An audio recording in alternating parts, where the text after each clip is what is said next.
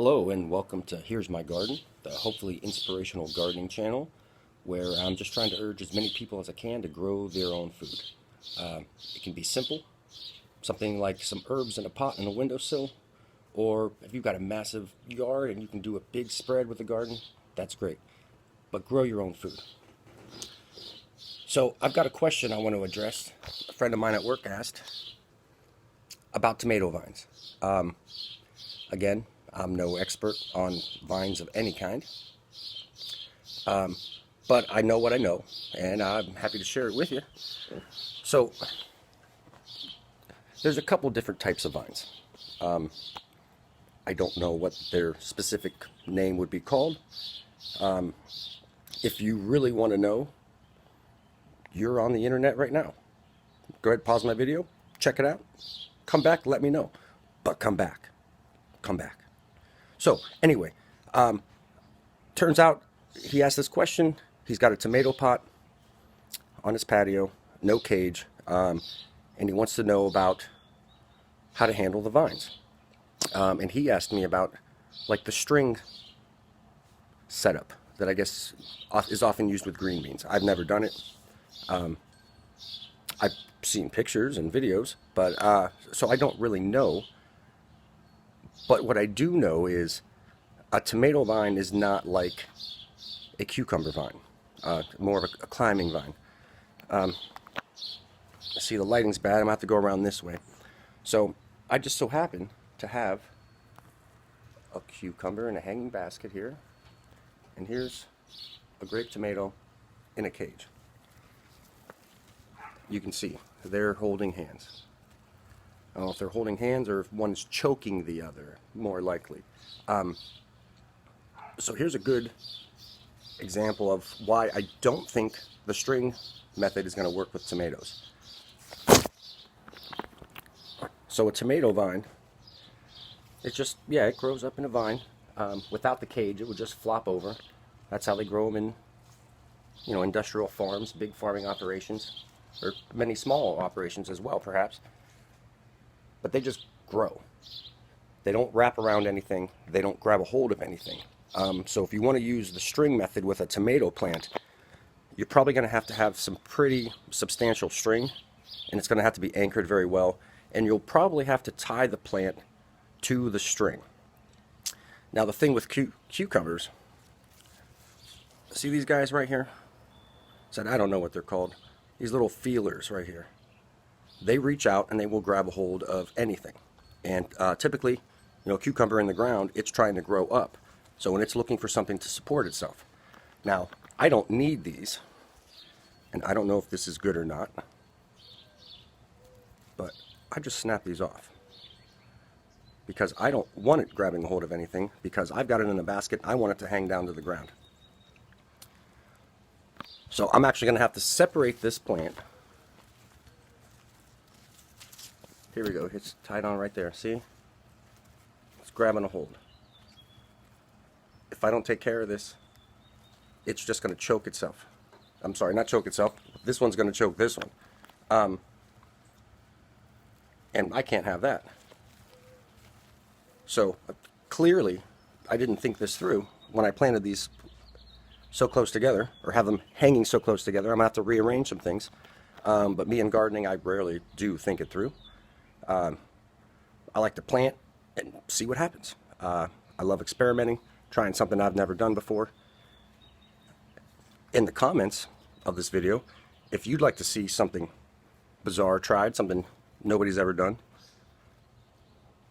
shoot me a comment. I'll try anything.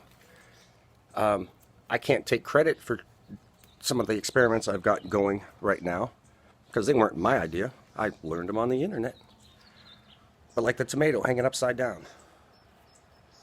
I've tried that once before. It didn't go very well because it got beat up in a very nasty windstorm and I lost the plant. But only after I already had some tasty tomatoes. So we'll see what happens. We'll see how well that goes. And maybe or maybe not, I'll do it again next year. But yeah, anyway, back to the vines. So yeah, you've got a vine like a tomato that is just going to grow. I've had them shoot out. I've had plants in the garden shoot out and literally snake across the ground like 3 feet and start growing back up again, and I'd have to stake it. Weird kind of thing, but I don't like to control my garden too much. I like to let nature do what nature does because it's been doing it a long time and it seems to know what it's doing. Another example of some vines here. It just so happens it's great that all these are right next to each other. Let me turn this around. These are some flowers. This is another type where it's not really grabbing a hold, but it is wrapping itself around. Those are some flower vines that I've got going on a trellis. Something like a cucumber, something like those flowers, if it's in the ground, a trellis for it to grab a hold of is what you need. You can do the string method with something like that too, I believe. I said I have no experience whatsoever with that, so I don't know for sure. But a tomato requires a little bit more strength. Once the tomato plant starts filling up with tomatoes, it's going to have a lot of weight. So again, Harry, this one's for you. The strings should work, but it's going to have to be strong. It's going to have to be a sturdy setup. And you're probably going to have to tie them to the strings. That being said, it should work. Let me know. I said I've never done it. I don't know anybody who's ever used the string method with tomatoes, because typically people use tomato baskets. I use the round baskets you can buy at your garden centers. There's a lot of debate on the internet over what's best. There's many ways out there. You can build your own cages. Again, it's on the internet. If I don't have the answers, somebody out there does. And trust me, I don't have a lot of answers. I've got more questions than answers. But I love gardening so much that I literally will try anything. And if I lose a plant, I get nothing out of it. But I had to spend the money on the plant and the time caring for the plant. I'm happy to do it because I just paid for the education. So that's how I look at gardening.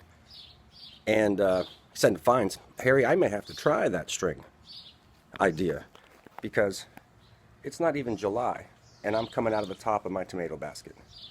This thing's going to keep going for another couple of months, maybe well into September, even October, depending on how the weather is.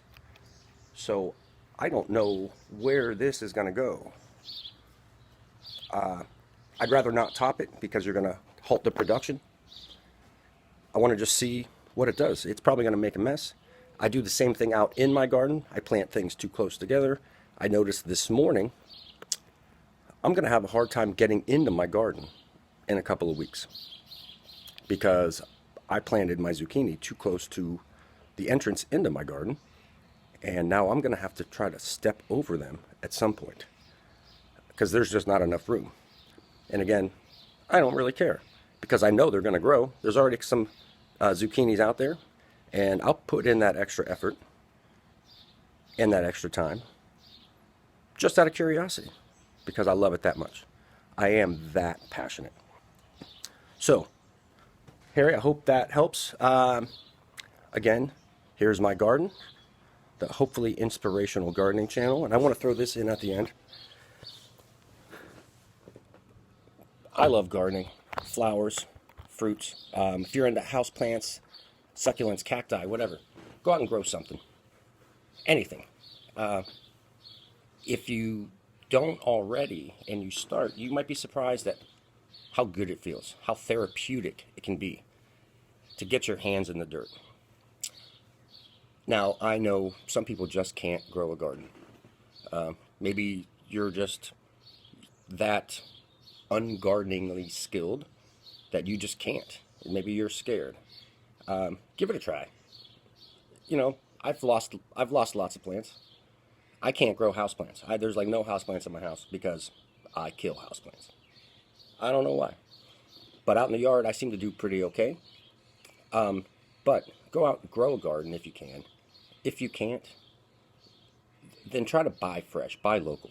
Support your local farms, support your local farmers markets. There's great farmers markets out there. If you're not somebody who can easily, put in any kind of garden or anything like that, at least try to buy fresh. Buy fresh, buy local, Support your local farmers markets. Support your local food banks.